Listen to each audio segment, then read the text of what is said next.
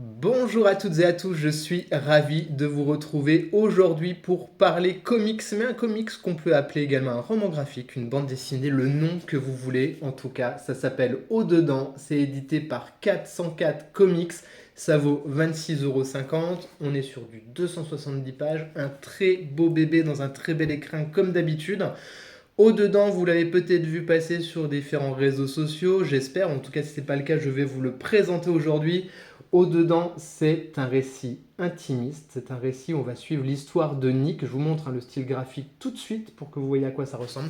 Donc, récit intimiste qui commence par un souvenir d'enfance qui va donner un petit peu le là de tout cet album. Ces moments où finalement on se retrouve au-dedans de soi finalement et où on réfléchit à son monde intérieur et au monde intérieur qui habite les autres, mais ce monde intérieur dont on ne parle pas, peu, qu'on a du mal à dévoiler, et c'est un petit peu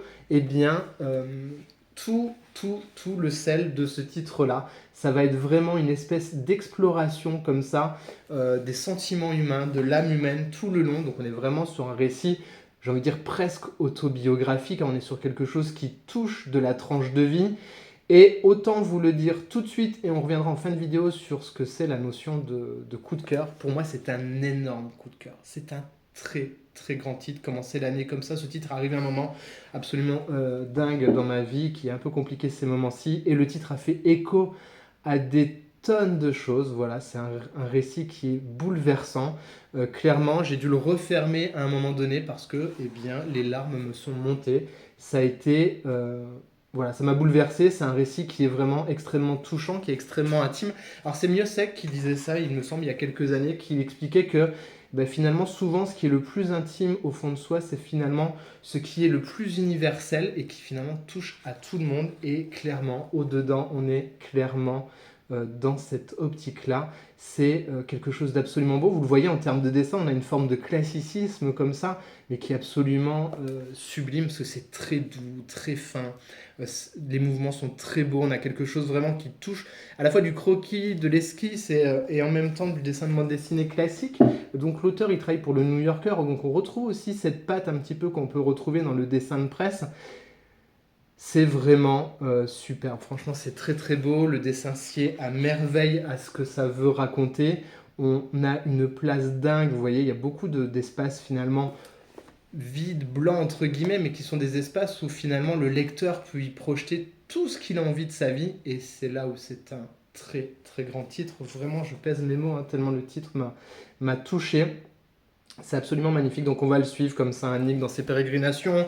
Il est illustrateur lui-même, il travaille dans la publicité en job alimentaire, et il s'interroge voilà, sur les relations aux autres et comment on se livre ou pas, comment on livre ses sentiments, ses émotions avec les gens de tous les jours, avec sa famille, ses amis, ses amoureux, ses amoureuses. Enfin vraiment, il y a quelque chose de très très beau et d'extrêmement touchant qui fait forcément écho à des choses que l'on vit tous à un moment donné dans nos vies. C'est absolument sublime. Regardez-moi ça comme c'est beau. Là, c'est ce genre de case là, hein, absolument magnifique. Là, ce lien entre la mère et le fils comme ça, c'est vraiment très très beau. Je vous recommande vivement. Faites-lui une place dans vos wishlists. Vous ne le regretterez pas. Au-dedans, vous le rendra au centuple. Alors, c'est beaucoup en noir et blanc. Il y a quelques touches de couleur par moment. Alors, je ne veux pas vous dévoiler tout ça parce que ça fait partie vraiment du gros plaisir de lecture qu'on va avoir.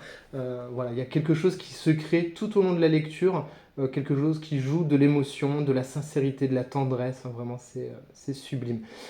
C'est un gros coup de cœur, je vous le disais. Alors, c'est toujours difficile quand on fait des chroniques sur Internet ou les réseaux sociaux, et on en reviendra, on en reparlera de ce sujet dans Comics Co. Ce sera un sujet complet. Il y a des titres qui sont des mauvais titres, il y a des titres qui sont des bons titres, il y a des titres qui sont des très bons titres, et il y a les coups de cœur. Alors, voilà, faites attention quand on vous parle de coup de cœur, parce que le coup de cœur, pour moi, c'est quelque chose qui va entrer en résonance avec ce qu'on vit intérieurement, avec quelque chose de très personnel. Et donc, quand vous voyez tout le monde qui dit « Ouais, ça c'est un coup de cœur, ça c'est un coup de cœur », faites attention, parce que des fois, c'est juste un très bon titre, mais un coup de cœur, il y a toujours une différence, c'est-à-dire que pour certains d'entre vous, ce titre-là sera peut-être juste un bon titre, peut-être un très bon titre, mais pour moi c'est un coup de cœur, parce qu'il arrive au bon moment dans ma vie, parce qu'il résonne avec plein de choses, parce qu'il me touche intérieurement sur des choses que j'ai vécues, que j'ai traversées ou que je traverse, et c'est pour ça que c'est un coup de cœur, mais il faut toujours faire la nuance, parce que c'est pas parce que c'est un coup de cœur pour moi que ça va l'être pour vous, mais ça n'empêche, voilà, quand il y a la notion de coup de cœur, c'est qu'à la fois on est sur un très bon récit, mais sur quelque chose qui va aussi beaucoup plus loin, je pense, quelque chose de, voilà, de touchant et qui touche vraiment à l'intime. Et c'est là où on reconnaît les grandes œuvres et les œuvres vraiment différentes de ce qu'on peut lire au quotidien. Vous voyez, c'est quelque chose de très simple.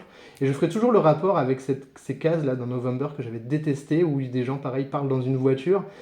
Et là, pareil, on a des gens qui parlent dans une voiture, c'est quelque chose de simple, mais quand c'est bien fait, quand c'est bien fait, quand c'est bien amené, quand c'est bien discuté, eh bien, on touche au presque, je veux dire au sacré, c'est un peu trop, mais on touche à quelque chose de beau et d'universel.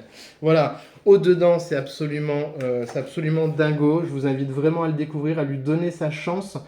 C'est un titre vraiment sublime, avec un prix tout à fait correct pour le nombre de pages. C'est 404. Merci à Nicolas de rapporter, Nicolas Beaujouan, le directeur éditorial, directeur de collection, de nous apporter ce genre de titres qui font un bien fou et qui sont vraiment des belles découvertes et à chaque fois qui mettent en réflexion. Merci à lui, merci à 404.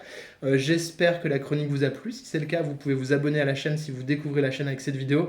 Likez, partagez, commentez bien entendu. Est-ce que vous avez lu ce titre? Est-ce que c'est un titre qui vous intéresse? Je suis curieux d'avoir vos retours dessus. Et moi je vous dis à très vite pour de prochaines vidéos. C'est un coup de cœur, j'ai dépassé les 5 minutes comme d'hab. A très vite les amis, bye bye.